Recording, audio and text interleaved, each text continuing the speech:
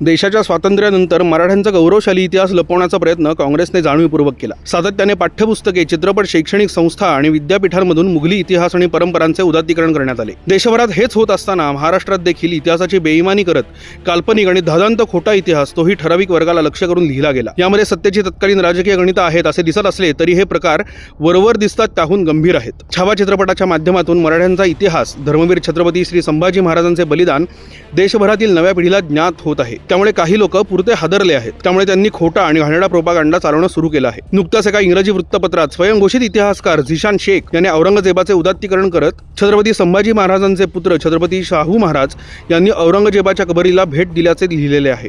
यात पुढे या नीच मानसिकतेच्या माणसांनी महाराणी ताराबाई यांचा उल्लेख संभाजींची विधवा पत्नी असा केला आहे। याची श्री पुढे ओढत या लेखनाचे दाखले देत आपल्याकडील ब्रिगेडी इतिहासकार हाच इतिहास पुढे प्रचारित करतील। यांचे हे खोटे धंदे वेळीच उघड करणे आवश्यक आहे।